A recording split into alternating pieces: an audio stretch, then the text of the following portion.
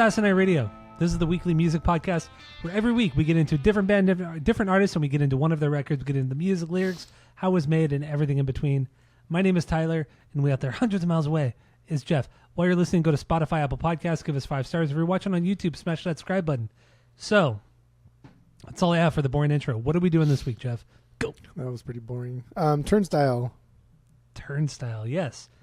What album? Turnstiles is the new album, Never Enough. Never Enough. Never Enough. Came out a couple weeks ago in 2025, June of 2025, early June.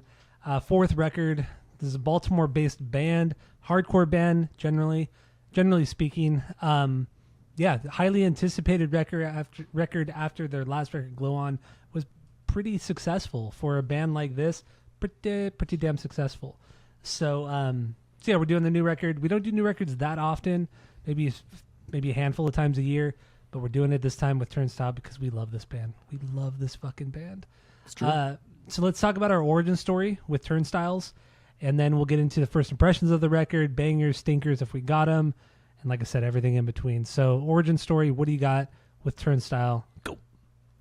So I actually sent you I found the page of what caught my eye to begin with. I saw that. And they look so different. I was in Chipotle and I opened that and I just started laughing out loud. Why are you in Chipotle? Yeah, I'm on a Chipotle kick right now. Dude, Chipotle's not good. It's not that good, but I get in these I gotta eat it all the time. I'm in a Chipotle kick right now. Fucking hell. I will give Chipotle that I don't do the burritos. I can do like a bowl, like a burrito bowl. Yeah, I get a bowl. Yeah, I get a bowl. And if you add enough salsa, enough salt to it, then it's edible. But my God, it's just the most bland tasting fucking food you could possibly eat. What you got to do with Chipotle, and a lot of people make fun of me for this until they try it and they realize, oh, that's actually a great fucking idea. It's really good. Half the stuff you get at Chipotle is all cold. So when you put it into a bowl or into a burrito, your fucking food is cold or very, very lukewarm. It's not very good. You got to heat that shit up. Take it home. If you got a bowl, take it home, mix it all up in the bowl first, throw it in the microwave. All you need is 1 minute in the microwave. Melts everything. Everything's piping hot. Fucking it changes everything. Same with the burrito, too. Get extra cheese in that burrito. Fucking so good. So good. I don't mind cold like Mexican food. I enjoy it. It's good. But Chipotle's is not. That's fine. Dude, Chipotle's worse. I'm just saying. Okay. Yeah, continue. Chipotle's not good, dude. It's not good. It's okay. It's okay. And you live in a fucking area where there's like good Mexican, and I do get like 100 feet. And the thing is, I do get good Mexican food all the time, but sometimes I just fucking want Chipotle. I don't know what it is. I don't know what it is about Chipotle, but sometimes I just want it. That's the craziest part. Is like you live in an area where like good Mexican, some of literally the best 100 Mexican feet food away. Yeah, some of the best Mexican food I live near. And I still get that Mexican food. I still get it. But once again, you just want some Chipotle, some whitewashed, some fucking super whitewashed Mexican food. Okay, that's all right. That's fine. Origin story, punknews.org. I found the article that caught my eye. I had to search for it for a minute, but I typed in Turnstile band, topless rooftop, and eventually found it. But yeah, it was the band circa 2017. So the picture might have been 2016 when it came out. And for whatever reason, these guys sitting on top of this rooftop. But I think that's Brendan with his shirt off. Yeah. And I was like, these guys look fucking, because he's got like the shorts kind of pulled up a little bit high. You know, he's got like the black socks, black shoes on, and that's hardcore kid through and through. Hardcore and of course, shorts, yeah. You got to have a little hat on.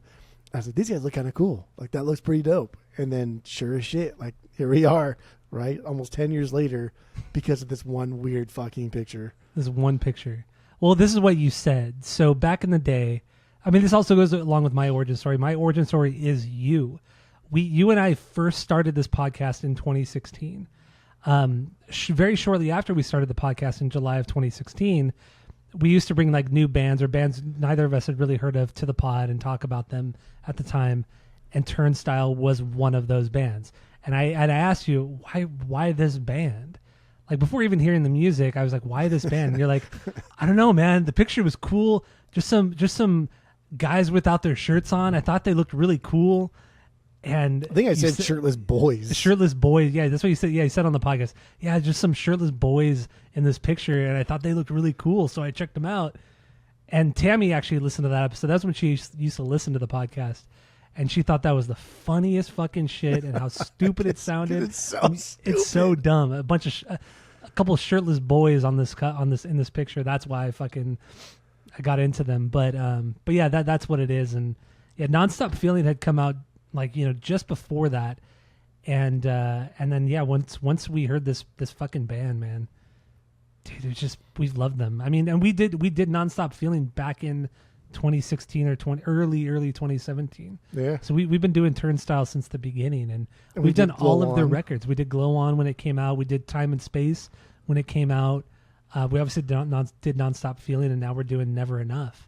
So we've liked this band for a long ass time. Maybe not from the beginning, but for a long ass time. At least 2017 when this picture came out. So when that picture dropped on Punk News. When that picture dropped on punknews.org.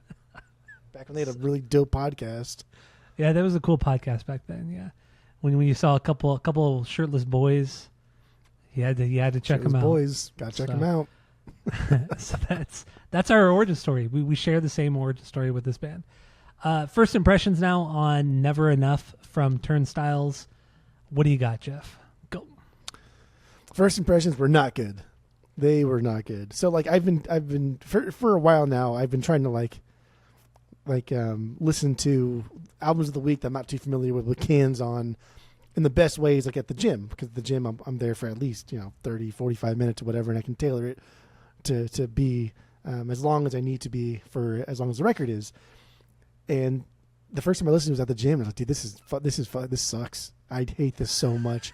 I hated it so much. It's not a good gym record. It's not a good record to listen to. I mean, it's not about just the gym, because I listen to podcasts at the gym or whatever. It's not about I don't listen to things at the gym to get me pumped up to be moving and stuff. It's more just so I can zone out and work on if I'm lifting in form and stuff and make sure everything's being okay. I have no problem separating the intensity of my workout with I need intense music. No, I can listen to anything. But no, I really did not like this. I thought it was fucking terrible. I was like, you literally just gonna rehash Glow On, bro? Really? And in a lot of respects, they do. The opening track on this, Never Enough, is fucking Mystery. Is opening to Glow On. They are very, very similar in a lot of ways. But as I kind of listen to it more and more, I do get what they're doing with this. I do understand why this exists. So I think I would judge this more harshly if their next record is even worse. But I will give it more leniency if their next record is really, really good, because I understand why this exists. All right. So yeah, my first impressions, a little bit disappointed. I heard the first song they put out was the song Never Enough. They put out a video for it, and then at the very end of the video, they teased the next song, Birds. And for about 2 weeks, you got nothing but Never Enough. And it's this is it? This is all we get? It's a good song. Don't get me wrong. Never Enough is a good song, but it's certainly one of the weaker songs on the record. And I don't feel like this is a good showcase of the record. I mean, it's just, it's very, very mid-tempo, very ethereal, very dream pop, whatever that newer genre you want to call it. But yeah, very, very dream pop-esque. And honestly, I was a bit disappointed in the end. A bit disappointed with that song. And when I listened to the record for the first time, I listened with cans on, and I listened to it twice in a row. And it was actually after we podcasted a couple weeks ago.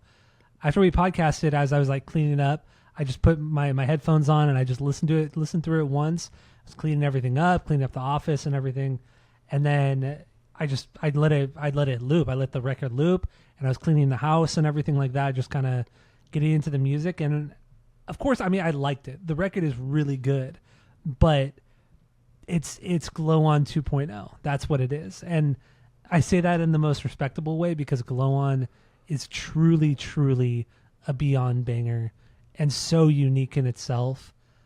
But this is 2.0. I don't even want to say B-sides, because it's better than B-sides, but it's Glow On 2.0. So that's my first impression, or my first impressions of this record when it came out, and when I listened to it, when I looped the record, listened to it twice that night. But yeah, in the end, I think I've listened to this record probably since it came out, maybe like 10 times since it came out, on vinyl, on my car speakers, on my big speakers, my vinyl, everything. I've gone every which way with this record so far. So yeah, there you go. First impression. Okay. So Good. Let's Good first get impressions. into. Do we have any stinkers on this record? First of all, No. yeah, same here. No stinkers. I don't even have any okay songs. I think they're all bangers. I think every song fits within the record. I think this is a record that's meant to be listened to front to back. There's a lot of interludes, a lot of synth, a lot of atmospheric kind of world building in a way on this record. So I don't think there's any even okay songs, but in the end, I think the album's meant to be listened to front to back. So Yeah, that's what I got on it. It's still a little early to kind of like to say this song's not very good. This song was a banger. So I have like 4 songs. No, I have 5 songs that I think will never not be bangers. I could add more as time goes on. Would have a little bit more. I'm more comfortable with this record, and like seeing them play these songs live too, add a little bit of nuance to it, because like that's like the DIY of them playing punk songs without like all the fluff on it. It's kind of like, okay, cool. Like I see where you were going with that, but you churched it up on the record because like, I don't know, it's fucking fun. Who cares? I get it. Yeah. So I have 5 songs that are like bangers that I don't think will ever not be bangers. But everything else I agree is at least pretty fucking good. I have nothing on this that I would skip or I don't like. There's a couple parts here and there. I think overall it's a little bit bloated. It's 45 minutes. Mm-hmm. I don't think we need a 45-minute record like this. Yeah, I mean, you could cut out like it Never Enough. I mean, the first 40 seconds of that song is just it's synth, it's some build up, but it's a lot of synth, and then the last like minute and a half is also mimicking really the first part of the song, and it's like you can cut out at least a minute right there. You know what I mean? And then because I mean the lead up into the second song, Soul, is fantastic, but you don't need a minute of that, a minute and a half of that, I should say. So I mean, a lot of this, I mean, yeah, it's bloated. This album's bloated. You could easily cut this down to like a solid 38, 39 minute record. Honestly, I think it would have been better had it been cut down a bit. But yeah, you could easily get it under 40 minutes. This easily. for sure you can get under 40 minutes. The song Dull itself. And not even cutting out like whole songs, just cutting out Dull. Cut out outros, cut out some of the intros. Yeah. I mean, honestly, you could do that. Cut down the last song, Magic Man. Cut that down to like 20 seconds rather than 2 minutes. Come on. I mean, you don't need that. I get it. Like you wanna like make it so the album perfectly loops, so you're constantly listening to the record. I get that, but you could do that in 20, 30 seconds, not 2 minutes. See, this is where like the problem lies, and where I struggled this week is when I first listened, I was like, this fucking sucks, and then subsequent listens, I like it more and more and more, and then now talking about it again, I'm back on like this sucks because Magic Man, like you can cut that out entirely. Like just because it loops, like it doesn't really, it doesn't do anything for the record. Time is happening. You can cut that entirely. That's a Weezer song, Pinkerton B-side era Weezer song. You cut out the song, which Dull. is still great. Which is another thing. It's still great. Like you're saying these songs, you can cut them out, but they're still fucking great. You're comparing one of these songs. You're comparing one of these songs to a Pinkerton B-side. Pinkerton is your favorite record of all time, And I love the B-sides of Pinkerton exactly. era. That's so like the it's best like of it. cutting it out. It's like, what does that even mean? That's like a compliment. That's not even a negative. But I don't want to hear, like, Turnstile has their own unique sound. They have their own sound. For the most part, And, yeah. and let's let's start from the top here, right? Are we going to do a song by song or? But well, I think we need to start like this record is missing something. The biggest thing this record is missing is Brady. Brady. Brady.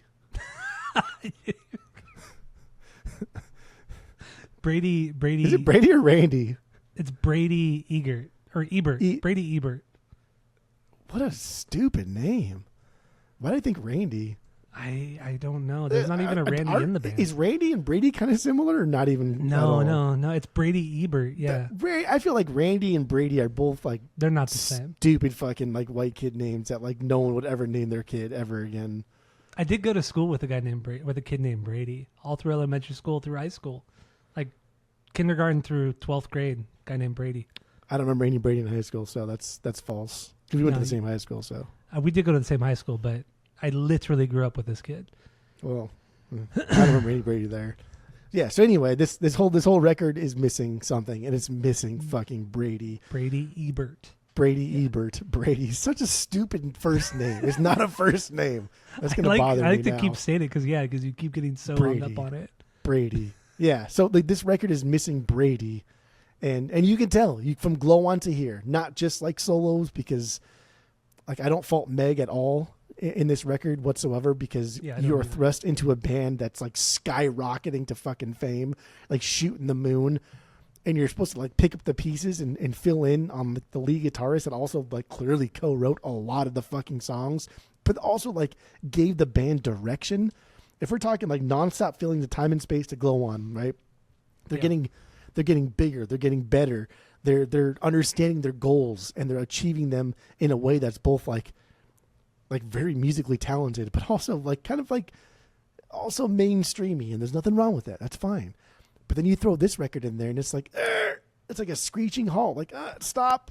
Okay, everybody's hold on a second. We need to figure out what we're going to do. So to me, this record is almost like a repeat of Glow On with a different cast, and then let's go on from here. And so I think that no matter what, this will never be fucking top 3. As far as their big 4 albums are concerned, they're only 4 albums. This will never be top 3 because you are missing this guy who clearly had a huge part in like writing these songs. None of these songs has been in the band since its inception. I mean, and not to say like I mean, in the end, the first 3 records, it's not like he was doing anything extraordinary, guitar playing wise. It's not like he's this guitar virtuoso, which you don't need to be. And Turnstile have a very simplistic way of playing their writing their riffs. I mean, these songs are not complicated on any of the records. They're not complicated riffs. But the thing with Never Enough is that it just sounds like some of these riffs are kind of lifted from Glow On. They 100% are. It's the most lifted album out of all 4 of them. You can kind of make the argument with between Nonstop and Time and Space, but I mean between Glow On and Never Enough, I mean, a lot of these songs are so similar.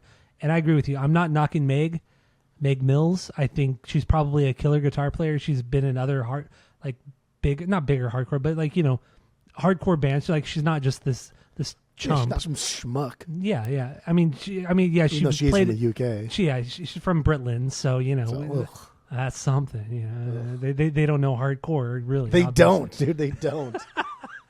They don't. We're only saying that because we have a good friend of the pod, Skip, and he's from Britland. So all they know over there is just like pretentious classic rock. That's it. That's true. Yeah, pretentious classic. That's David it. Bowie. Yes. Queen, Zeppelin. Yes, but mostly David Bowie. They love David Bowie for some reason. Especially David Bowie. Nick Cave. Yeah. Is Nick Cave even British? I don't think he's American. I think he's actually American. I think no. Skip is probably like fucking fuming right something. now. He's probably fuming. He's like, I can't believe you fucking Yanks, Candy. You don't even fucking know who Nick Cave is and where he's from. I think he's Australian. Is he? Yeah, because he has like an accent that's like similar. I can't tell Maybe the difference between South African? UK accents and like UK, New Zealand, Australian. All sound the same to me.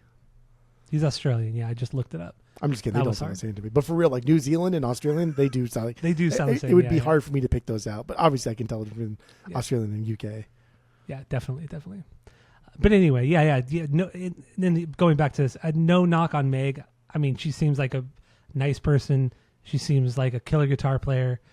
But yeah, I don't think, to me, it doesn't seem like she had a lot of writing on this one, because it once again, it's a lot like Glow On. I think because they were the success of Glow On, like the band blew up. They went on tour with Blink-182. Crazy. The first time they had ever played arenas like that on their reunion tour, right? Yeah, on Blink's reunion tour, like the biggest tour on earth at the time. And I get it. I mean, that's a lot of pressure on any fucking band to go up against like arguably their most successful record and trying to do something great. It's like when Blink put out Enema of the State. It's like, well, yeah, we could go do something different, but it's probably safer to do Take Off Your Pants and Jacket, which is still a fucking incredible record. And it's crazy that they could do something better. It's not better. Insane. I know, it's you're not right. better. It's not you're better. 100% right. But you get my where I'm going with this. It's like we got something really good. Let's kind of keep up that momentum. So I feel like that's where Never Enough is. So I'm very curious where they're going to go after Never Enough. But yeah, I don't know. I think we both are kind of on the same page. Like Never Enough, like this almost gets a pass. Like this gets a pass because like there's no fucking way with like Inner Turmoil, a new band member, kids who grew up in the DC hardcore scene are now opening for Blink-182. They're idols. Where they talk about like the people they want to tour with and stuff. And there was a I don't know, one of the. Did you watch that Zane Lowe interview, or did you try to watch it? No, they did. They were with Zane Lowe like a month ago, maybe a couple weeks ago. It was so boring. I got like 15 minutes into it, like a 45-minute interview. I got like 15 minutes into it, and dude, Zane Lowe has a lot of energy, and these guys are just like the most calm, chillest people in this band. I know. They're so reserved, so quiet, and they do not match Zane Lowe's energy at all. So he's so excited about the music and like, oh yeah, thanks man, I appreciate that. Well, this is kind of what we were going for. And then they go on this like 2-minute like spiel about like nothing. I don't know. So I watched the Pitchfork interview they did, and then I watched the Nardwuar interview. The older ones that they like. They did like Nardwuar like 2 or 3 times over the years. And that one was fun because that was when the band was a different thing. But the Pitchfork interview was when they had Meg in the band. And that was when they're asking, like, they're like, "What the fuck, you know?" Dogs are barking. Do you hear them? I do hear them. Just keep like, going. Is it loud or like kind of loud? It's fine.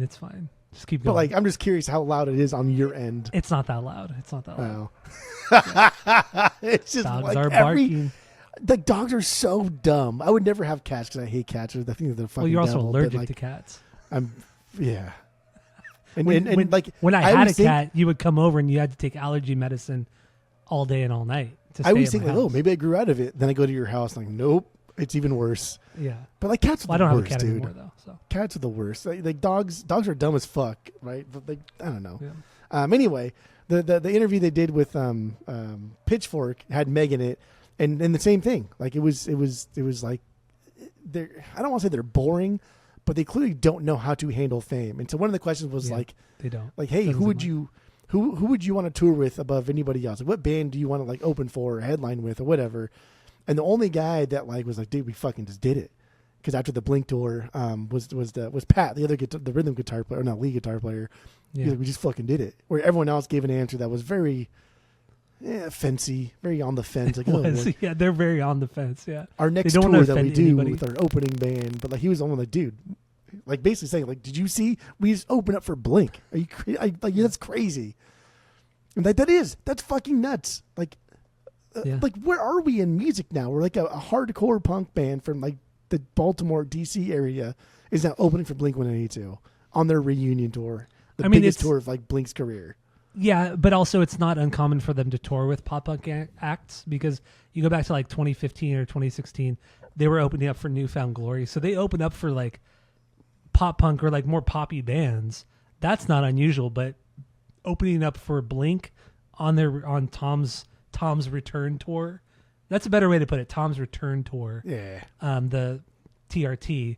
That's huge. That's fucking. I mean, those arenas that they were playing, and I think they only did the U.S. leg. I don't think they did any other part of the world. It was only the U.S. leg. But even still, those shows were fucking massive. And it's Turnstile is this band. Turnstile is a band that like has grown from this grassroots effort, and like the reason why I'm going to give Never Enough a pass is because these guys aren't just a fucking bunch of posers who put together Glow On Part 2. They just did a free fucking show in Baltimore, right? Which is crazy. To like give homeless people like free health care. And like, of course, Reddit fucking trolls are like, "Oh, if you actually wanted to make a difference, you would charge and donate the money." Like, motherfucker, like they're But musicians we first.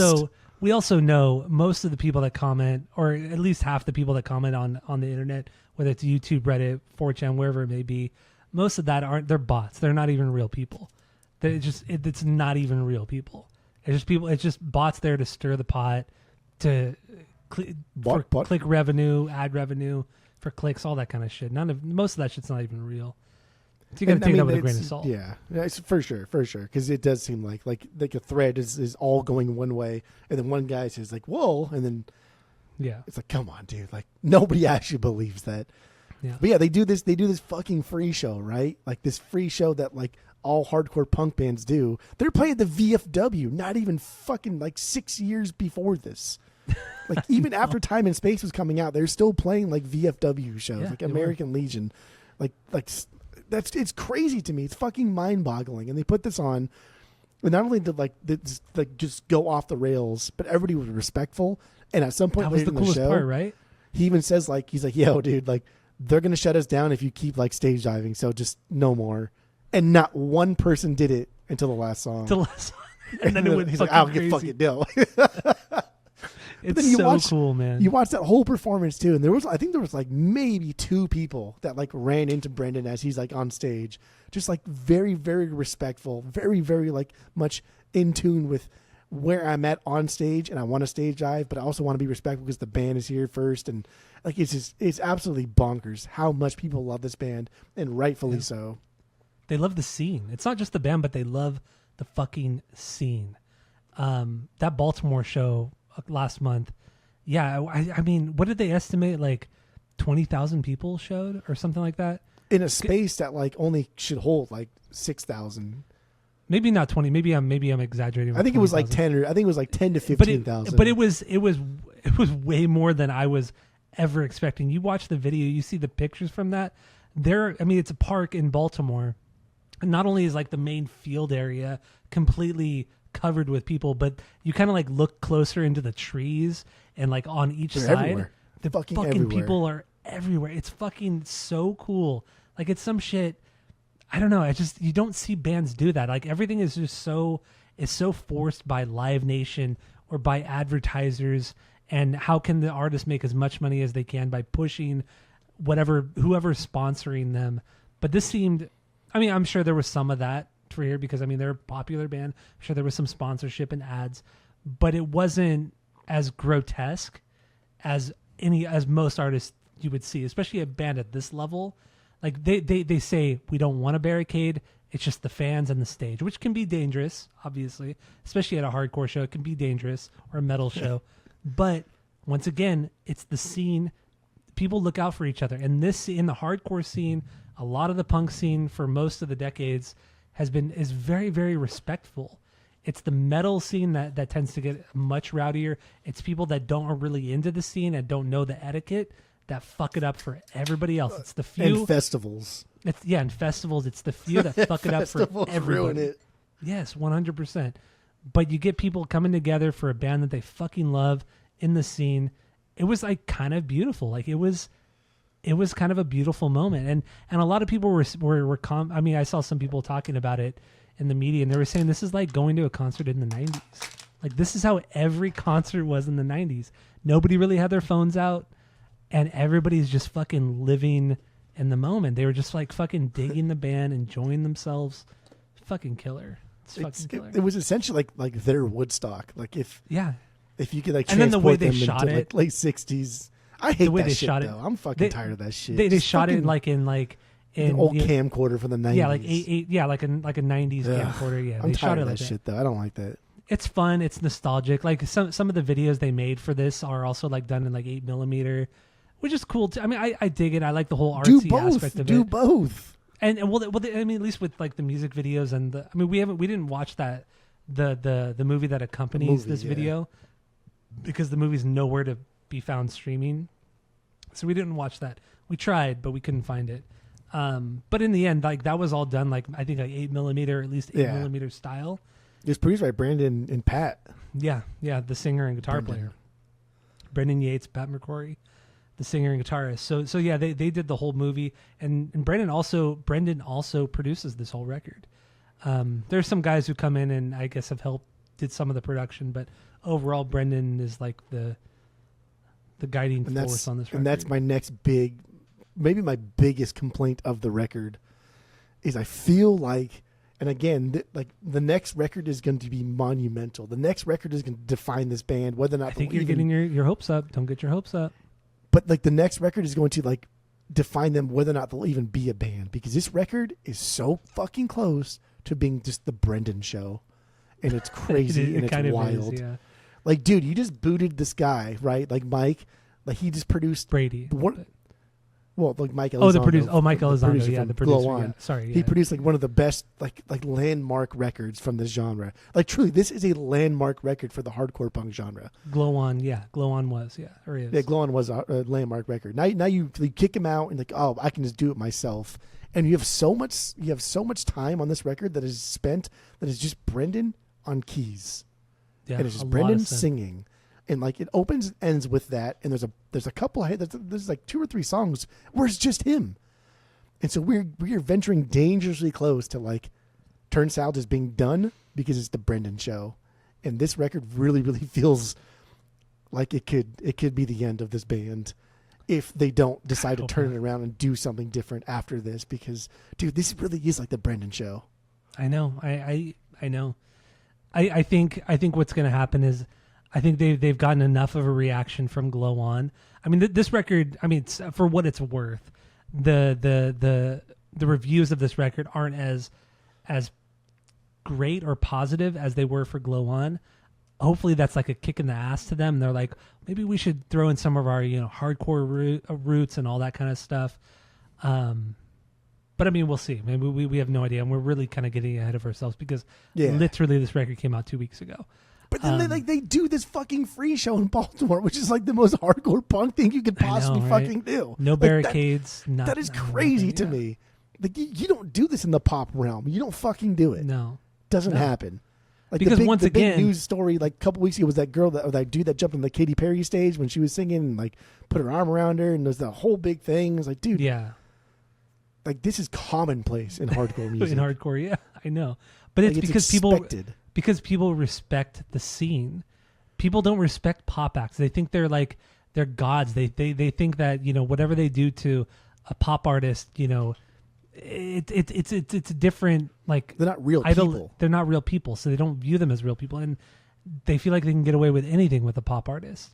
And that goes with it with anything. I mean, you even look at a band like Limp Bizkit. Remember a few years ago, like Wes Borland like kicked somebody off the stage, like literally kicked them off the stage because it's like, why is this fucker on stage? Like, this is like Dimebag Darrell kind of situation because the metal scene can be fucking insane. It could be absolutely, especially after Dimebag in 2004, 2004, I think it was when he died.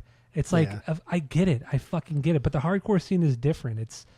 It's very communal. It's very respective. There's a ton of etiquette. Like if you step out of line at a hardcore show, you're gonna get the shit beaten out of you. You're gonna be kicked the fuck out, banned, blacklisted. Like there is a fucking etiquette at these shows. It doesn't look like it, but there fucking is. And that's why a band like this can have no barricades. They allow all the stage diving. They allow all this kind of shit. And when he says don't do it anymore, not one person does it. Everybody fucking respects them. Isn't that crazy? Like 10,000 people. He says don't do it anymore, and not one person did it after that. Like that to me is like we talk about like crowd control, right? For like the big name, like Freddie Mercury at Live Aid and stuff, like controlling the crowd. This fucking like Brandon, well, who is he, right? Just this kind of like shy kid. And they all dress really fucking nice too all the time. But he tells 10,000 kids, don't fucking come on the stage again. Not one person does. Not even close. Not even close. Like close. No one even crowd surfs for the next 2 songs. But yeah, I think also like going back to like the intro to the band and why I decided to look into them is dude, their style always on point. Shoes, fucking shirts, hats, pants, everything they do, it always matches. Like they take a lot of care in their style, and like more than any other scene ever, like the punk aesthetic, the punk style is, dude, it's the best. It's the best. The punk Punkers style? absolutely, because Or the there's so hardcore many. style? No, the punk style in general, right? Like, because if you think like what style does like pop have? Like, oh fuck, whatever, who cares? It changes But even like every 4 years. like hip hop has its own like very very unique style, and that's the only other I think genre of music that comes close to like matching the punk style. And the punk style is very very much like individualism, and doing what you truly truly like, but even to the point where like now they're buying nicer clothes because they have a little bit more money. And you can see like Franz, right? Like when they first started, and the shoes he was buying back then, like he's buying like Dunks and stuff, and he's buying like really nice Nikes and things like that. But like now he's buying them more often because he has more money. Yeah. And like I think his style, for me, his style is like the best. I like him a lot. Yeah, Franz, just he the has way cool he style. looks. Yeah. And even just like the inclusion of like, dude, they have a black bass player in a fucking punk band, right? Yeah. Like that's crazy. And it's cool to watch like shows and just because like punk is overwhelmingly white. Like that's It is. always has been. It probably always will be. And also with Turnstile, it doesn't seem forced. It's like Franz has been Never. here since the beginning, like literally the beginning. And I He's a mean, not drummer. that it's not. Yeah. Well, I mean, actually, I found out from the Zane Lowe interview, most of the band are drummers. All drummers. They're all fucking, Brendan even played Brendan. drums for Angel Dust. They're all drummers. They're all fucking. Most of them are fucking drummers. That's but why also- they have that fucking. That's why they have like that groove down. Yeah, is they have a all great start with the fucking groove. beat. Yeah, 100%. But yeah, I mean, for a genre that is generally white people, it's cool to see. I guess inclusiveness is that the right word to It's throw in weird here? because like when most people say like inclusiveness, it's kind of like just a cheesy term, but like for us, because we've gone to so many fucking shows, and it's truly like mostly this like people like us, whatever. And so Yeah. when we see like a girl at a show, it's like, oh fuck yeah, dude. Like let's make sure she has a good time because we want everybody to be here and not just like people like us, right? Yeah.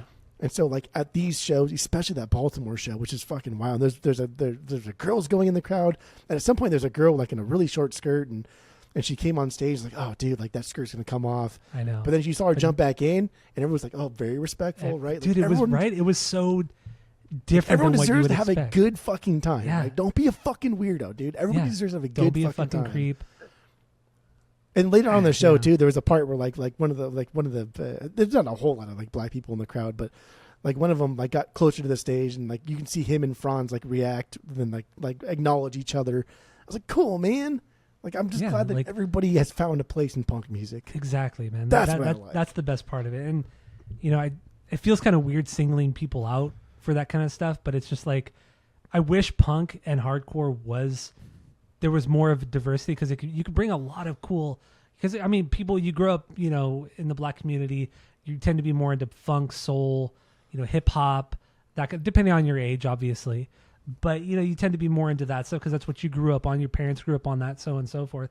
And you can infuse a lot of that shit into punk. Look at fucking Bad Brains. Look at so many fucking bands over the years. Not in metal too. I mean, look at fucking Fishbone, but what's the Kill metal Switch? band? Kill Switch is one of them, but what's the metal band from the 80s? I can't Even just DH completely- from fucking Dead Kennedys, he's a black Yeah. dude, and he incorporated a lot of that stuff. But into that's what his I'm playing. saying. Like it's just, I don't know. I think it's just super rad bringing all the various influences into punk music. Fuck the punk purists. They're fucking dumb shits anyway. It's like, oh fuck, okay, I want to listen to fucking Sex Pistols and Ramones over and over and over again. Boring as fuck. But I don't know. I think it's super fucking rad how inclusive the hardcore scene has become because in the 80s and shit, the hardcore scene was not inclusive for the most part. There was a lot of racism. All the A lot of skinheads. I mean, racism. skinhead culture in the 80s was different. It wasn't as racist, but I mean, even still, it's just Which is weird because like skinhead culture and punk go hand in hand, even though like so many bands fucking hate it.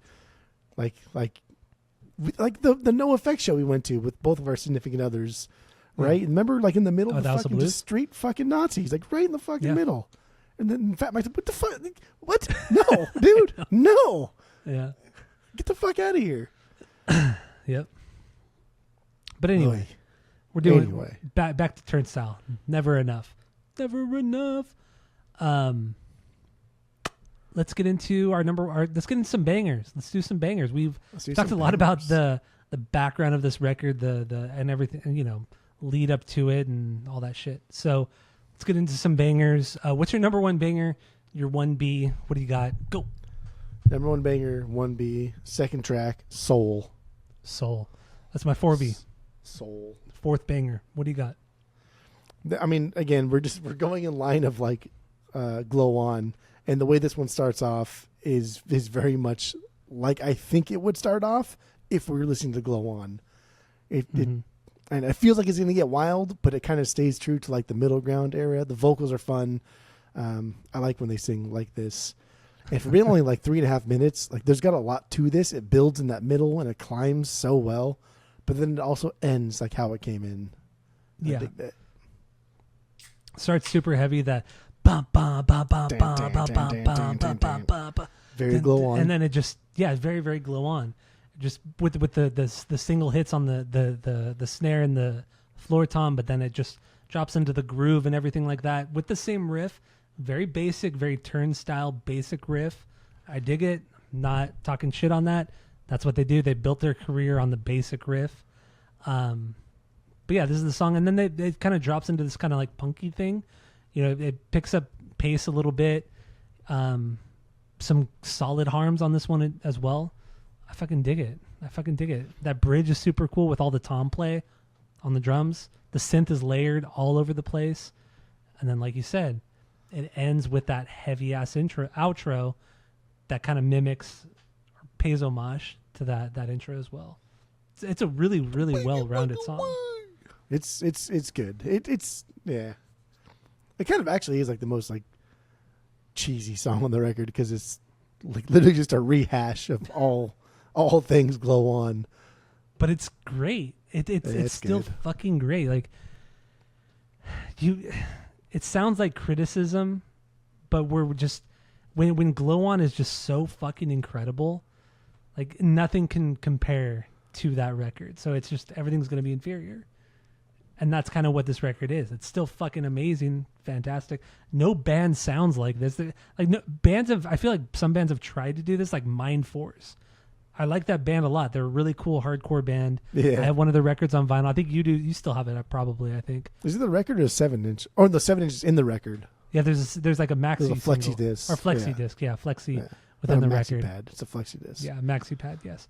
But no, I'm always going to call them maxi pads now. I think that's the only band that's ever kind of sounded like Turnstile, but the way that they approach their music is very much more in a thrash way. Like they're a way thrashier band than Turnstile have ever been. But vocally, in spirit, they kind of have that Turnstile feel to them. Yeah, for sure. But otherwise, fun, nobody aggressive, youthful. There's a good way to put like Turnstile, youthful. Even though they're not that young, they're not that much younger than we are. They're like early 30s. Yeah, they're all in their early 30s at this point. I mean, yeah, so we're like our late 30s, but damn. Youthful was like Glow On was youthful. This record just doesn't seem youthful. This record just, I don't know. I'm liking it less and less as we keep talking about it. Actually, Which is the great. more we, yeah. I mean, I get it. We talk about it, but then when you listen to it, like when you listen to it again, you're just gonna fucking dig it. Because that's kind of how I felt too. Because you made some comments a few days ago, and you're like, "Man, dude, this record is really not that good." And I kind of agreed with you. And then I listened to it again, and I'm like, I don't know, man. There's some fucking great shit here. Even breaking it down this week, of course, there's so much of that those Turnstile riffs. They do the same thing that bump bump bump bump bump bump bump bump bump bump. They love to do that every time. Win it bump bump bump win it bump bump bump win it. It's just like the same fucking chord progressions over and over again. But once again, they're That's a their punk hardcore band. roots. They're a fucking they're the punk roots. They are a punk band. Yeah, they have hardcore elements, but they're a punk band. Same fucking chords over and over and over again. So anybody thinking like, oh my god, this band is, they should do so much more, blah blah blah. But it's like, no, dude, they're a fucking punk band that does something unique. But in the end, they're a fucking punk band. They don't have to do anything complicated. They don't really throw in guitar solos or even really guitar leads. Even when Brady was in the band, There were, of course there was that shit in there, but it didn't take over the songs. Like it was more of an accent here and there, but it was never consistent. Even on Glow On, there were leads and solos, but it was never consistent. So it's like these dudes are punk guys and gals. They are punk guys and gals, especially Meg too. Like that her Big Cheese band was pretty fucking dope. Soul's my 1B for now. Again, it's only been a couple weeks here, so I feel like my like I said earlier, my 5 Bs that I have, I don't think there will ever not be Bs, but the ranking of those Bs could easily change. But I don't think they'll ever not be Bs. BBs. That's fair. I get it. Lyrically, let's jump into some of the lyrics. I don't want to spend too much time on it because I don't think there's a lot there. I mean, this overall theme of the record. I think the overall theme of the record is it's hard not to see Brady in all of these songs. It's hard not to see the breakup of Brady in all of these songs. But then also like there's a lot of like we want to be a big punk band and now we're it and we don't like it. Like that type of thing. And like that's been done over and over and over, but that doesn't like diminish like how these people feel. If that's truly how they feel and it's earnest, then like you got to kind of like take it at face value and respect it in some capacity. Yeah, and I think like this record is rife with like 2 things. One is breakup, and I think it's breakup with Brady, and also like breaking up with like their sound that they relied with Mike on and not doing it on their own. So they're breaking away and just trying to like be their own band again. And then 2, they are not ready for headlining or opening up for Blink-182 on stadium tours. They're fucking not, dude. They are not. I mean, and honestly, I think this style of music, I mean, as much as I love hardcore and punk, I don't feel like this style of music translates to big arenas, stadiums. I don't think it fits that. I think these bands, at most, they belong in amphitheaters. At most. Like when I'm going to see them, they're playing a baseball stadium, but they're playing a very small portion of that baseball stadium, and it's all general admission, no seats. Because I'm seeing them in October, and that's how it is. I mean, I don't feel like this band would be a band for like seating, like proper seating. Like they're only a general admission band, standing only, and I don't think like it's just like they did what they did in Baltimore in the park was fucking incredible. It was so cool. But man, it's not realistic for a tour. That's not going to make them. They're not going to be going through earning fucking a Michigan, living wage. Yeah, Michigan or Indiana, playing shows that big. It's just not going to happen. I mean, I wish it would because I think hardcore music deserves more credit than it gets, but it's just not. It's not realistic. It doesn't deserve that much credit though, and like there's a reason why like Blink can like headline stages or arenas and amphitheaters and baseball stadiums. Because they play pop music, and there's a reason why this, like nonstop feeling would never be that, because it's not like you said, it's not that type of song, it's not that type of thing, and that's silly to think that like we could be here, I don't know, Illusion of Safety in the same arena that we'll hear like Lady Gaga, right? Like Lady Gaga, like pop music is made for that shit, like it's supposed to be that. Where like Illusion of Safety would sound like garbage, and like, it's not fucking fun at all. Yeah. It's a more intimate experience. The more you get, I guess the punker you get. I feel it's a more intimate experience. The more theatrical you get is going to be more of a pop experience, which again ties into like why Turnstile was so fucking great, is because they talk about theatrical, right? They put out a movie on this fucking record. Like, are you kidding me? That's fucking stupid. Yeah. But they're still kind of punk, and they still want to be punk. But I also do think they. Like that taste of the fine wine really got to them. Yeah, I would agree. And like I don't blame any artist for trying to like make a living doing their art. I really especially don't. In this day and age. Yeah, it's so difficult. It's so difficult. And yeah, we're not knocking the band at all for their decisions and all that. I'm not knocking that, and I know you're not either. But yeah, it's just. But I'm still gonna grade you on your performance, on the work material. I can't grade you on your aspirations. I can't do it. And again, the more we talk about this record, the more I'm kind of like still bummed out about it. But I get it. It's all right. And so back to the lyrics. Yeah, I think there's a lot of undertones about the departure of Brady from the band. I mean, obviously, you can also relate the lyrics to, a lost love, a girlfriend, significant other, blah, blah, blah. I mean, like Soul, for example, it's just like his realization of being better off alone than being around shitty people in your life. You could equate that to possibly Brady or just a significant other in a relationship, a girlfriend, boyfriend, whatever it is. But in the end, I think the lyrics, after going through them all, there's not a ton there. Some of it's a little ambiguous, but overall, I think it's very much a placeholder for everything else. And even Brendan has said in interviews, like, I'm not a singer. He flat out says, I'm not a singer. I'm not a singer. I'm not a very good. When I do sing, I'm not very good. But yeah, I'm definitely not a singer. So I think as a lyricist, he's even, I don't want to say worse, but technically, yeah, worse. I think the lyrics they're not that deep. They're not fucking Dustin Kensrue from Thrice. They're not Alex from Atreyu. They're repetitive. Not Dashboard. They're not nothing like that. Ooh. I mean, I talk shit about Chris Carrabba and Dashboard, but he's a great lyricist. He really is a great lyricist. So good. It's stupid how good of a lyricist he is, but yeah, no, Brendan does. He'll reuse the same verses throughout the song. There's not a lot of variety there, and the choruses are usually just like 10 words or less, just repeated in different ways and forms. Yeah. So yeah, no, he's not a lyricist, and this is one of those bands too where like you don't really know who writes what, and everything's credited to Turnstile, which I like too.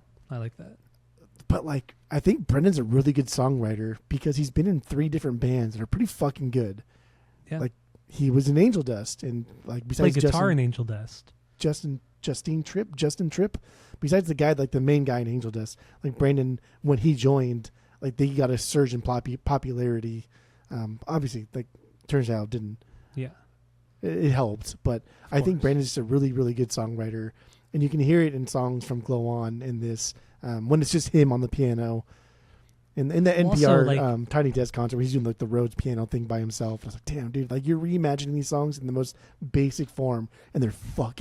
They're good, yeah.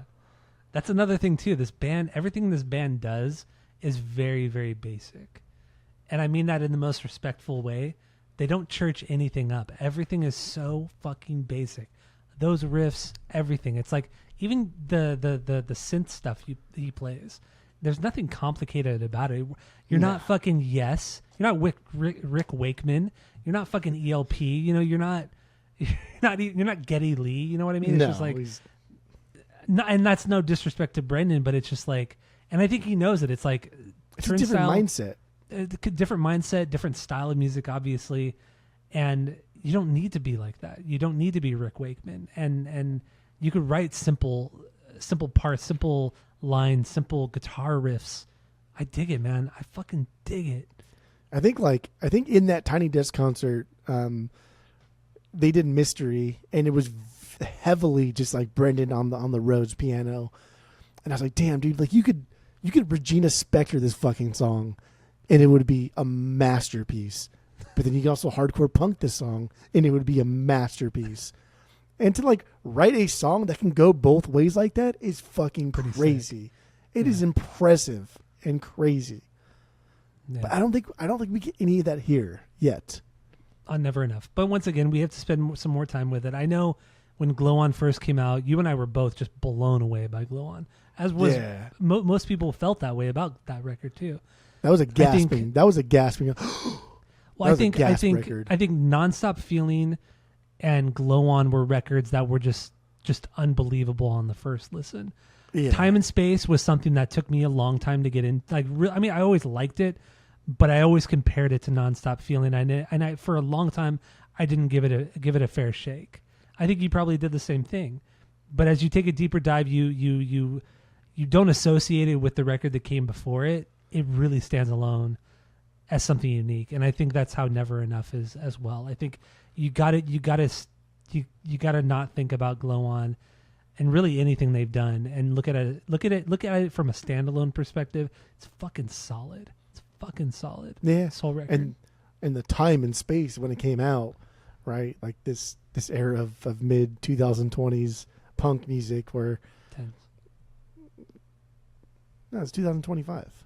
2020. You said time and space. Oh, I did quotes like the time and space. Okay. I didn't. It was a joke when Never Enough came out.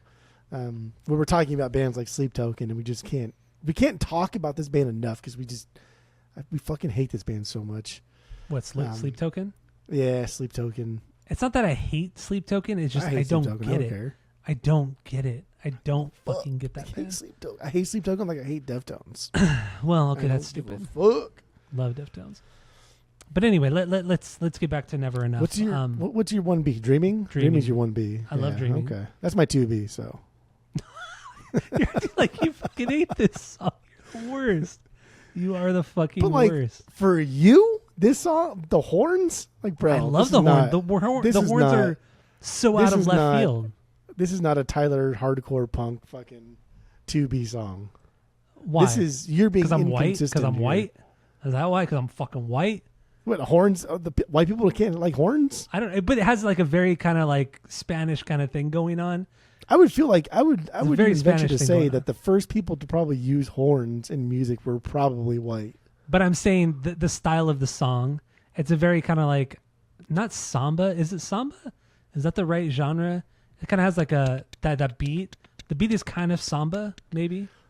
I felt like this is just a. I like the song a lot. I think it's fucking. Dude, I fucking wild. love like, Dreaming. You putting horns and shit into this, and it's just fucking. Oh, the horns are just such a nice weird. touch. And like I know that little intro bit too, like leading into the song is just like, what the fuck? What is that, bro? Like you just can't ever. You can't ever just drop into something, right? You got to just like always pretend and do something weird and a little quirky. But this is not like a normal hardcore punk song that you would normally put in your top 5, 10, whatever it was. I think you put this in like your top 5. I put it in my top 10. Yeah, my top 5. I think this is my number 4. Like that's crazy to me. That's not. It's a great wrong. fucking song. What you did like, there was wrong. Like what the trumpet adds to this song is like what a really good guitar lead would offer to a song. But if you were to make that main line, if you were to make that a guitar, it would not hit nearly as hard as a trumpet. Like it was probably written on a guitar or a piano, but they're like, damn dude, let's just like throw in an instrument to really give it some kind of flair and flavor. Let's fucking do a trumpet and let's throw like this kind of like off beat onto it and make it this kind of like samba. Is it samba? I don't even know what kind of beat it is. I'm just saying samba for lack of a better beat or term. But I really think that's what it is. Like I love that this is the first time they've ever just kind of like put in like a Latin flavor into their song. And I fucking love that shit. I think it sounds fucking great, right? I think like you're thinking that just because like the yeah, it just kind of have like the danceable Shakira kind of like thing going on here. Post PK, not pre PK, little fucker. Why would you ruin your relationship with Shakira? That's wild to me. Yeah. That boy's wild. He's an idiot. I know. I don't know. Okay. Anyway, so yeah, Dreaming is my 1B on here. Okay. That's Nothing good. really sounds like this song from the band. They've never infused the trumpets like this into their music. They've never done this kind of beat and style in their music. I think it's fantastic. I don't have anything negative to say about it. This is my 2B. I'd be down if they did great. more music like this. I really like this infusion of styles. I think it's fantastic. Very basic riff, very basic kind of thing going on there. But I mean, it's Turnstile. They're a fucking punk band. What do you expect? Where do they even go from here? Right? Like, do they become like this? Exactly. This like gizzard act where they just infuse hardcore music into? I don't think. No, world genres. I don't think they. No, I don't think they can do a gizzard. I don't think they could do a BT Bam. I don't think they have it in them. Where do you go from here? Chops wise, I mean, maybe Meg does because we haven't seen all of Meg's chops. Maybe I think the drummer's probably he's the best part of the band. Like objectively, yeah. Daniel is the best part of the band. He's fucking good. Killer fucking drummer. But guitar playing wise, I think he's a good guitar player. We haven't seen how Meg does. Maybe she can. on the next record, maybe she could bring something more thrash, more whatever. I mean, we just don't know what her chops really are. But I mean, maybe we can get like more of a BT Bam kind of style kind of thing going on in the next record. Not like all the weird polka stuff, but you know, maybe infuse some more like, I mean, I like the polka stuff too, but add more like the Latin shit, like on this song. That's why I don't know. Like, I so just don't good. know where you go from here.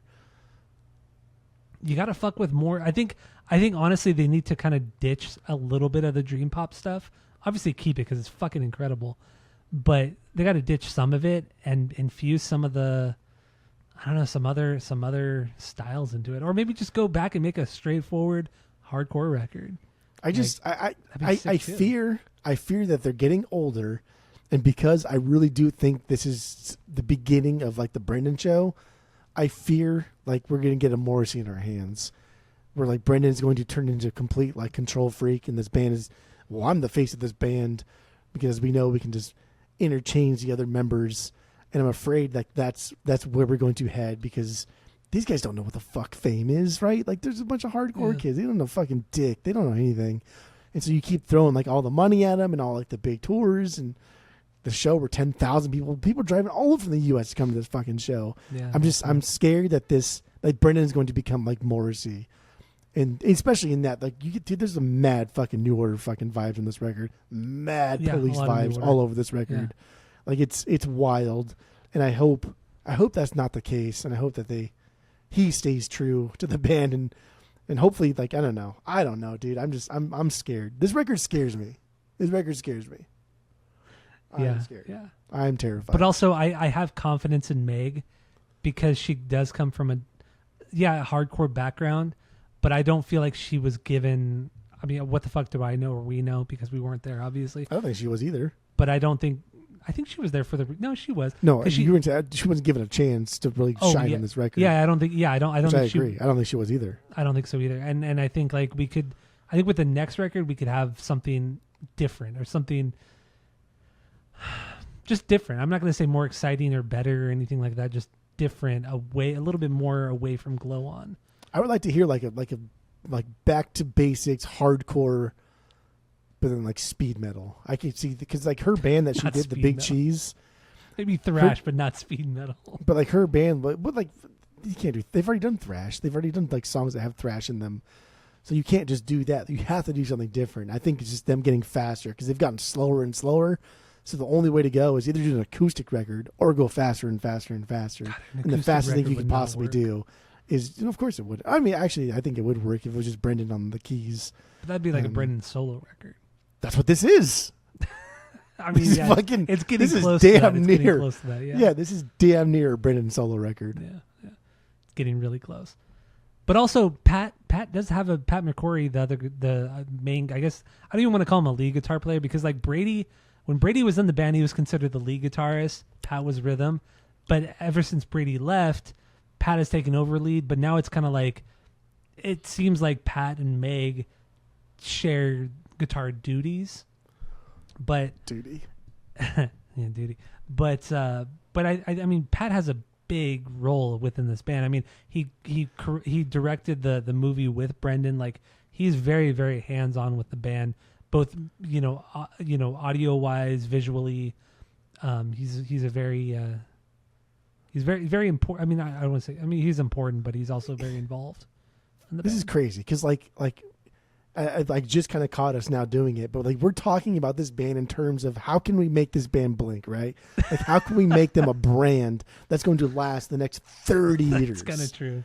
Yeah. And like it really is. Like that's how we're talking about this band. And like no other fucking hardcore band in the world ever in the history has lasted like this long. Like Minor Threat never lasted this long. Fugazi, fucking Bad Brains, Gorilla Biscuits for sure. Fugazi did the same thing every fucking record for the most part. I mean, Fugazi are great, don't get me wrong, but they never really deviated from their sound. They just did. No. They found that one groove, and Ian MacKaye, and Guy. That's what they fucking did. That was their.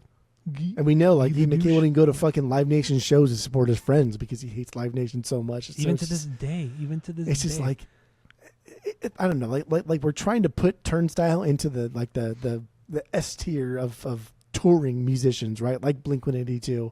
Mm-hmm. and they're never going to be that. And I think if they ever did become that, we wouldn't like what we heard. Like, I like them headlining the field of Petco Park, right? Like, I don't like them headlining the stadium of Petco Park. Like, that's just too much. There's not this band. Yeah. Like, you don't have to be stadium fucking bands, arena, like, selling out, like Metallica, right? I think, like when we talk about Turnstile, like, we want them to be Metallica. Like, I do. I want them to succeed. I want them to make a lot of fucking money and make a lot of cool-ass music. But that's just not this band. That's not this style of music. It's never going to be that. They're never going to be Metallica. But they've already achieved more than most hardcore bands have ever achieved. I know. Isn't that crazy? Already. Crazy to think about. Oy vey. All right, so let's move on from Dreaming. Let's get into a couple more songs. God, we talked a lot about kind of the outside of this whole record, and we haven't talked too much about the record itself. But in the end, like we also talked about, mentioned, it's very, very new, and it's not that much of a departure from Glow On, but in the most respectful way. So let's get into your 2B was Dreaming. Okay. Dreaming in the morning. So let's get into Birds. My 2B here. So they teased this. So they originally came out with a video for Never Enough. And then at the very end of Never Enough, they teased the beginning, just the synth part. Like this, right? The little hand and the drumstick. That was fucking sick, though. Just that holding was the drumstick so cool. Up. You hear the synth play, and then you hear the hi-hat that stomping that fucking hi-hat. Stomping it really. And like in the video, you can see like the hi-hat. You see it moving. He's moving away. Oh, so cool. So sick. And then all of a sudden, when it's about to fucking drop, the video cuts. The video and audio fucking cuts, and you're like, what the fuck? and then like 2 weeks later, they come out with Seeing Stars, and you're like, what the? I think it was Seeing Stars? There was another video they came out with like 2 weeks later, and then that was like a 4.5 minute video. Yeah, it was Seeing Stars. Like it was all in slow motion, but the band weren't really in the video. Yeah, it was. And then production weird. Exactly, and then it went into the actual Birds live thing with the hand in there with the drumstick, the drop. The crowd goes fucking nuts in the video. God damn, it's so cool. But the song is very, very short. After the synth part, I think it's only like a minute 20 seconds. Yeah, maybe a minute 30 because it's the really, really fast part. The ba ba ba ba ba da da da da da ba ba ba. I don't even know what he says. No idea what he fucking says, but that's kind of what he does. I do too. It's so much fun. There's the big drum roll with a lot of flange on it, and then a boom, and then it's the big riff. Very Turnstile basic riff that they've done over and over and over again. I love it. And then it just kind of drops, and then Brendan just kind of like grooves, like I don't want to say he raps, but he just kind of like grooves to the music and just kind of I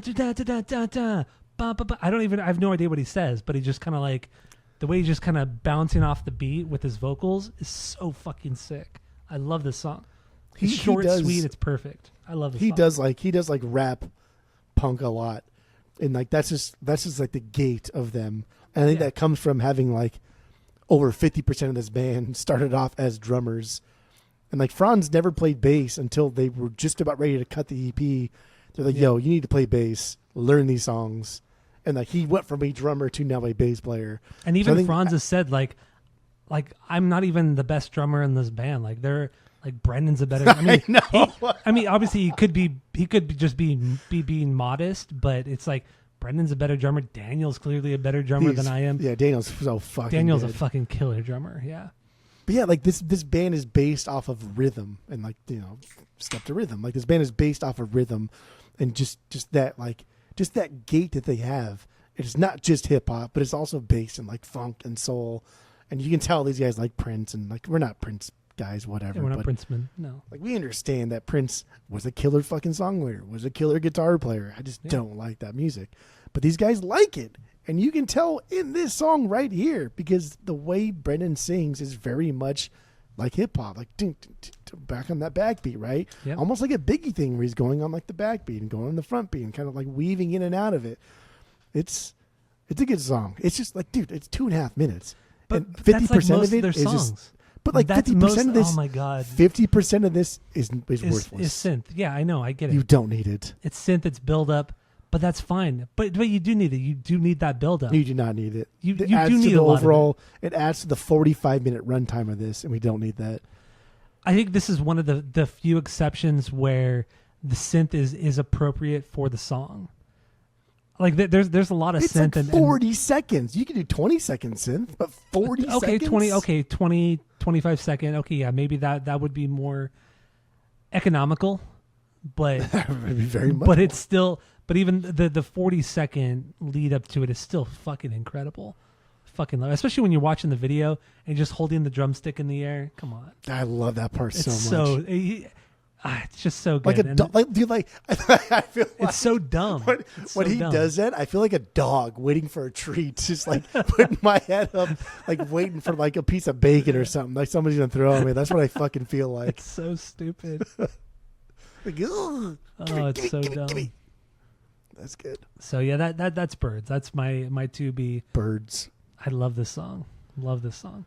So want to get into like a couple more songs and then wrap it up. Yeah. We're well over an hour right now. So Yeah, we can just wrap it up here. I guess. I mean, there's only 2 songs. I guess one more song that I really want to talk let's about. because I think all the songs are bangers. So let's get into your definitive bangers, your DBs. I mean, it would just be Light Design, Sunflower, and then not Sunflower, Sun Shower, and Look Out for Me. Those are the last 3 like definitive bangers that I have that will never change. Light Design, huh? Light Design. It's funny. That was so low for me. It's funny because this one starts off like some like fucking Stranger Things intro kind of shit, like just super generic and cheesy. But dude, strong fucking melody, and I feel like they had the melody first and they based the song around it because everything that this song does embraces that melody, props up that melody to like really carry it through. And by this point in the record too, like you realize that you're desperately missing Brady's like lead guitar playing. And like there could be some really cool leads here. Like just like a couple little like anything. 3-4 notes. Like you're a punk band, bro. Like play guitar. You have 2 of them in your band. Play guitar. So I really really like this. But this would be my 5B. Like if I were to put like a B ranking on them. I just think the melody's way too strong to not it's talk about. a strong melody. Yeah. Like of all the songs that needed more like complexity to it, like add more synth, add more lines, synth lines, guitar lines, whatever it may be. It should have been this song, but it's just very kind of like it's just very just kind of like very very basic up down strokes. Just 3 notes. It does need a little bit more flair. Still a great song, but to me it's definitely a lower tier. It's a stinker. That's okay. It's not a stinker. It's still a great song. And then Sun Shower and Look Out for Me are the only other 2 like true bangers we haven't talked about. Sun Shower is fucking killer, but Sun Shower is also a song that, a minute 40 in, that's the whole song. After that, you have almost 2 minutes of just synth and shit like that. Yeah. And it's tough because like come on, man. Like I don't want to have to sit through the flute and shit when I'm adding this to a punk playlist. Like we live in a day and age where everybody uses Spotify. Like I know Spotify doesn't pay their artist shit, but like fuck off. Everybody uses Spotify. Tidal, fucking Apple Music, Spotify. Like we're past like trying to like pretend like we don't all use Spotify or something similar to it. So like just break it up. Like, there's no reason you couldn't just broken the song up into 2 different places. Yeah, no. Honestly, I think if you made this record like a 20 or 21 track album, it would have been better. Like yes. you put the synth stuff Split in like them. their own. Yeah, you put the synth stuff as their own track, and that way you could take the songs out individually, but you have the tracks there if you want to listen to the record front to back. Because once again, this record should be listened to front to back. It makes sense that way. But if you want to take them out individually, it's like, yeah, I want to throw a Sun Shower. Sun Shower is my 3B, my 3rd banger on this one. But if I want to throw this on a playlist, it's like, fuck, man. It's hard. It's like, okay, when I listen to a playlist, I don't want to have to go back to my phone or my computer or whatever and go switch the song because I have to listen to 2 minutes of synth. Like imagine going from like He Who Laughs Last, right, AFI, and then going into Sun Shower, Like that's a solid transition, which I'm Yeah. totally fine for. But then like that last part of Sunshine, I was like, oh my God. Yeah, I totally Come agree. on, boys. Come on, boys. This is 2025. Get with it. And then Look Out For Me is the last true banger that I had. Look out for me. Where's that? Yeah, this is the Oh, that's a lower B. longest song on the record. 6 minutes and 43 seconds. It's like almost 7 fucking minutes. Like, what do you do? But I think there's like 2 totally different sounds and songs going on here. There's like the hardcore stuff mixed with very well like that seemingly synth-driven 80s aesthetic. And it's funny because like we didn't grow up in the 80s. We were born in the 80s. We didn't grow up in the 80s. So like what we think the 80s was like is only based off of shit that we saw in the 90s, right? Or True. people that like grew up in the 80s and telling us and stuff like that. So when Turnstile does a song like this, like we're a little bit older than they are, but we're still in the same ballpark here. This is what I think like 80s synth driven like music sounded like, and this is what everybody was doing. And so like a lot of people that come into my store that are older that grew up in the 80s, like, oh, the 80s was also this and this and this. I'm like, well, that's not what I think, because like my nostalgia is different than yours because I didn't grow up there. So like what I think the 80s is like is this. And I like this because it's fucking goofy. And it's embracing the goofy because the spoken word thing at the end, even though it's not supposed to be goofy, it is still kind of goofy. But then also like the, now my orders hanging by a thread. Like that fucking yelling thing that we do. Like, come on, man. Always good. And then the spoken word part, like why? And I think, God, it's been so long since I watched The Wire. It was like during college when last time I watched The Wire, and I want to rewatch it now, again later on. But I don't know. I like it. This is like in their emo hardcore song is what this is. I mean, I wouldn't say like emo, but I think This there's is a emo, lot of. dude. I think there's a lot of rage. Now Rage my Against- heart Rage is Against the hanging Machine. by a thread. Okay, well, okay, lyrically, but I'm talking about musically. Musically, I don't What about think the there's a lot spoken emo word here. part? Yeah, I would equate that more towards Rage Against the Machine than I would like an emo band. Also, that the main guitar riff itself is very, very Rage Against the Machine. How open sounding it is too. Like the big, ride hits, the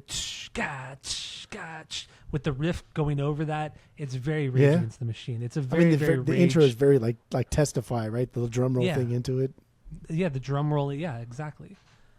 I think this is one of the most Rage sounding songs they've done since Nonstop Feeling. I really, really think that.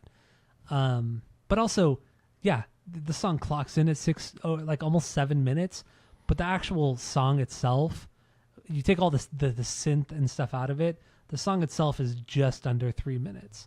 So you have over half the song on this track is just synth. It's just like, dude, man, it's cool. The synth stuff is a cool transition, but God, dude, I don't want 3.5 minutes of it. No. Come on, man. I'm not listening to not even I don't even want to say a shoegaze record, but just like I'm not listening to explosions in the sky. That's not what I'm listening to. Like parts of this record are kind of similar to Explosions in the Sky, but with vocals. There are certainly moments of that. Yeah, I mean, these guys definitely like wear their inspirations on their sleeve. And there's a song called Slow Dive, and just talk about like shoegaze bands. Like Slow Dive is like the shoegaze band that these guys would have listened to. So like I get it. I don't like it, but I get it. Yeah. So let's wrap it up. We've talked a lot about this record, the behind, I guess kind of the behind the scenes and kind of what we think of this record, and everything else. So let's actually the artwork. Actually, let's get into the artwork. What do you think of the artwork? It's stupid, right? Like it's just like again, you're just too much of going the in glow line on. with Glow On. Yeah, absolutely. Like It's Glow On stupid. was really cool with the pink and the clouds. I love that. Yeah, pink for fucking hardcore punk. Like, come on, dude. I love that. You know what's super annoying too is it's even like on Wikipedia for whatever it's fucking worth. Like, you know, like it says genre like underneath it, and it'll say like what's the predominant genre. Like if you look at the bag of ingredients on the back of something, the most important ingredient is the one that's listed first. For Never Enough, it's hardcore punk, and it's like, no, dude. Even with Glow On, I wouldn't say hardcore punk is like the first ingredient, and for sure, Never Enough is not the first ingredient for this. Yeah, I would agree. So that's I would agree irritating. too. But it's just like, I mean, nonstop feel. I mean, all of their record covers aren't They're really not anything. good, dude. They're nothing to write home about. But it's just like with Never Enough, it's like you just have this like baby blue kind of background of the sky, some like wispy white clouds, like in the like very very faint. You have the rainbow in the corner, the very very faint rainbow in the corner. It's just like, god damn, dude. It's just And it's a rainbow. It's not even the rainbow of like their rainbow thing they're putting in the background of their set, right? Like yeah, that's true. Yeah, that color scheme or whatever the fuck it is, like that would have been a cool rainbow. But this is just like a traditional, like boring rainbow. Yeah, and also like the aesthetic that the band is trying to put forward with this record, you know, with let's throw it back to the 60s and 70s. I mean, they were on Jimmy Fallon a couple weeks ago playing fucking what record? What song were they playing? I think it was Seeing Stars. They played on Jimmy Fallon. Yeah. And they like the whole set that was designed for the band was very kind of like late 60s, like very very late 60s. The whole band were kind of dressed like of that style. Browns, a lot of browns, yeah, and like Meg, the way she was dressed was very like the short skirt. It's like girls don't dress like that anymore, really, for the most part. They're all wearing like the big fucking the over the ear headphones, right? And it's just like they were very much going for an aesthetic with everything I've seen from the movie that they put out, the music videos they put out. They're going for like a very late 60s, maybe early 70s kind of aesthetic and feel. But then you get the album cover and you're like, this is the complete opposite of what we've been seeing. Yeah, this makes no sense. Yeah, it follows it no suit. suit. No. So I think whatever. It could be a little bit better. But yeah, anyway. Let's wrap it up, give our final thoughts on the record. Let's rate the record based off of our world famous 3-point rating system, where 3 is a perfect album, 2 is a good album. You're going to go back to 1 is a bad album, give it a shot, and 0 is the worst thing you've ever heard. What do you got? Go. Still too new. I've not cemented this. And even like when we do records that we've done 1,000 times, sometimes those rankings fluctuate. If you've ever listened to our blinkings, my rankings fluctuate constantly, whereas yours stay the same constantly. I don't know about that. But this is, you know what's kind of sad too. Like I thought for sure, dude, like they would have started their own label and released this on their own label as like the debut from their own fucking label. That would have been sick. Like, come on, man. Like this is the next progression for a punk band. Like, you guys, whatever. I get there's a lot of like inner turmoil with the band. And there's like nobody really knows what fucking happened between Brady/Randy with this band. I've seen a lot of differing opinions and hearsay. I don't really know.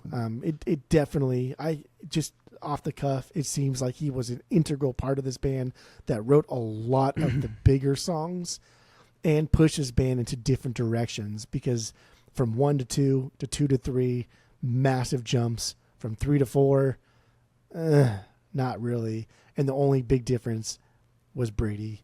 So I get it. This is a transitional record for them. We'll see what happens with the next one. I hope this doesn't become a Brendan Yates thing where he's like the new Morrissey and thinks he's bigger than anything else, bigger than the sum of his parts. But I don't know. I don't think so. I really don't, because if he thought that, he wouldn't let people jump on stage and grab him and touch him. Right? Yeah, I know. The way they did in the Free Baltimore show. He doesn't come off like he has an ego. He comes off like he has like the opposite of an ego, right? Like he's probably he's probably very self-conscious about like what he does. And we didn't talk about like his singing, how terrible it was, and you can really hear it in the Tiny Desk concert when he would just come in fucking flat. He would self like pitch correct, but like, damn, dude, like the guy just, he has to have like the first like line be shit until he can find his pitch. Like he can't just like have a natural. Which is also respectful too. It's like he knows it doesn't sound good, but then he corrects it. Yeah, like a lot of artists don't do that. They just, yeah. He has a masterful command of his own voice, even though his voice is not perfect, and that's fine. Which I still love too. I don't want anything more than that. Shit. Tom DeLonge still has not mastered that, so I get it. Yeah. I don't know. This is This is a 2 out of 3 right now. I think that's fair. I bought this on vinyl, so I'm gonna listen to it over and over again. It's still really fucking good, dude. Like, I don't know if any other little punk band outfit, little 5-piece, put this out, we'd be like, damn, that's pretty fucking good, right? But I know because it turns out because of like the it comes off like 72 seasons, right? Like if Sleep Token had released 72 seasons, we'd be like, holy shit, that was a fucking good record. But because it's Metallica, oh yeah, okay, I was gonna say it's kind of like that's kind of a shitty Metallica record. Like this is a shitty Turnstile record, but it's still a good fucking record. Yeah, like that 72 Seasons is a great Metallica record. Yeah, still great, but it's not like you're not going to throw it up against the first 4 or a couple of the newer ones. And that's never like fair, but it's also fair. It's not fair because you shouldn't grade it based on its predecessors, but also like that's the way we work. That's the way it is. Yeah, this is a 2 out of 3 right now. I think this will only go up. I don't think it'll ever go down. I would agree. I think yeah, this is, how do you come off of Glow On? You really can't. I mean, Glow On is so crazy and so unique within itself.